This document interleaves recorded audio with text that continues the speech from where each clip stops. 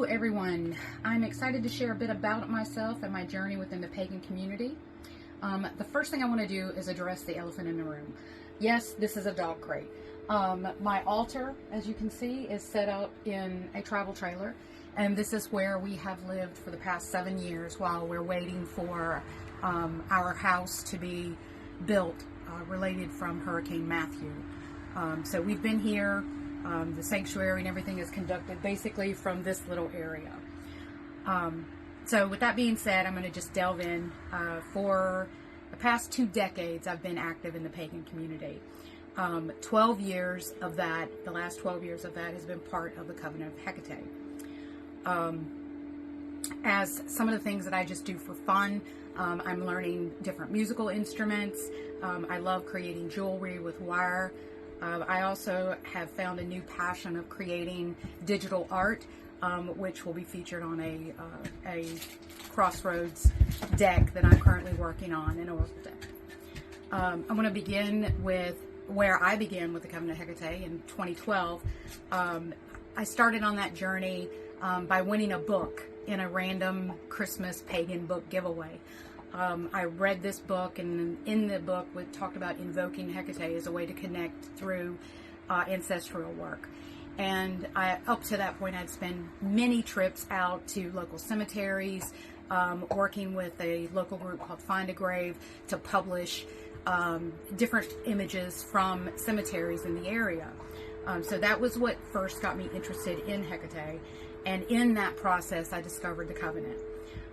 I became a member of the Covenant on January 1st, 2012, and during that process, the following year, I was ordained. So I became an ordained minister and established the Sanctuary of Hecate Trivia in 2014. As I mentioned earlier, we're in a travel trailer. Just after we established the sanctuary, Hurricane Matthew came through and pretty much decimated my entire property. It was underwater. We were relocated for a while in order to, I guess, just be protected from all the different sewage and so forth that was part of that flooding that occurred. During that time, I took a little bit of a break from the sanctuary because it was just so disheartening. And I then just began to focus on some internal growth processes. I focused on crystal healing, candle magic certifications, aromatherapy, and became a master yogi. That really helped me find that place of awe that helps me remain centered even today. Once we came back to the area, because I did relocate briefly, we came back to the property to begin rebuilding. As part of that rebuild, I rebranded the sanctuary and reopened it under the Sanctuary of Hecate Bremo.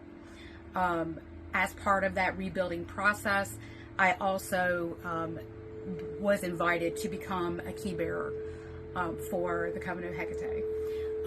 So I'm currently working on several projects under that particular role. One of those projects include the rebranding and the rebuilding of the Covenant of Hecate website, which is now up and running.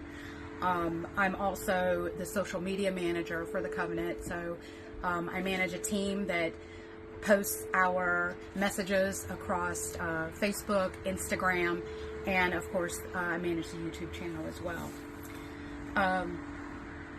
As far as the sanctuary is concerned, Bremo is currently focused on fundraising.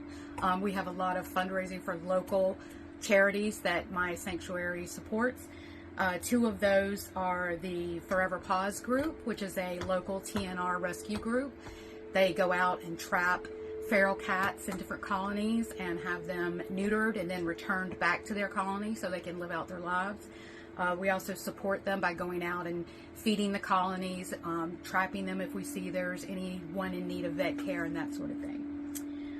The second charity that I support is the Blessing Box of Goldsboro. And I found this truly ironic because these boxes are set up at crossroads throughout Wayne County, where those who are house or food insecure can go to get personal items, socks, gloves, food, that sort of thing. So as part of my monthly rituals, I will collect foodstuffs, or if it's cold, we'll do socks and gloves and that sort of thing, and drop them off at these different boxes around our county. This is probably one of the most important things to me. As growing up as a small child, we were very poor and we did not have a lot of access to food. There were many winters where I was cold and hungry the majority of the time. So this is something that I hold very dear and spend a lot of time focusing on. The reason I created this video is I wanted to share with the Covenant of Hecate and with those who may be considering joining the Covenant or following the path of Torchbearer to Keybearer, that our goal when we become torchbearers is to shine the light of the goddess across all, not just those things that benefit us. So these things that I do are part of the monthly rituals. I do these as part of my Daifin for Hecate's Supper, as well as, celebrating the full moon. These types of donations, in my opinion, showcase how a single devotee is able to contribute to illuminating the message and the dedication that we have for the goddess. If you have questions, if you're interested in joining the Covenant of Hecate, if you're interested in becoming a torchbearer, or you just want to know about the Sanctuary of Hecate Bremo, or maybe what I do on a daily basis, feel free to reach out and I'll be happy to share that with you. Thank you.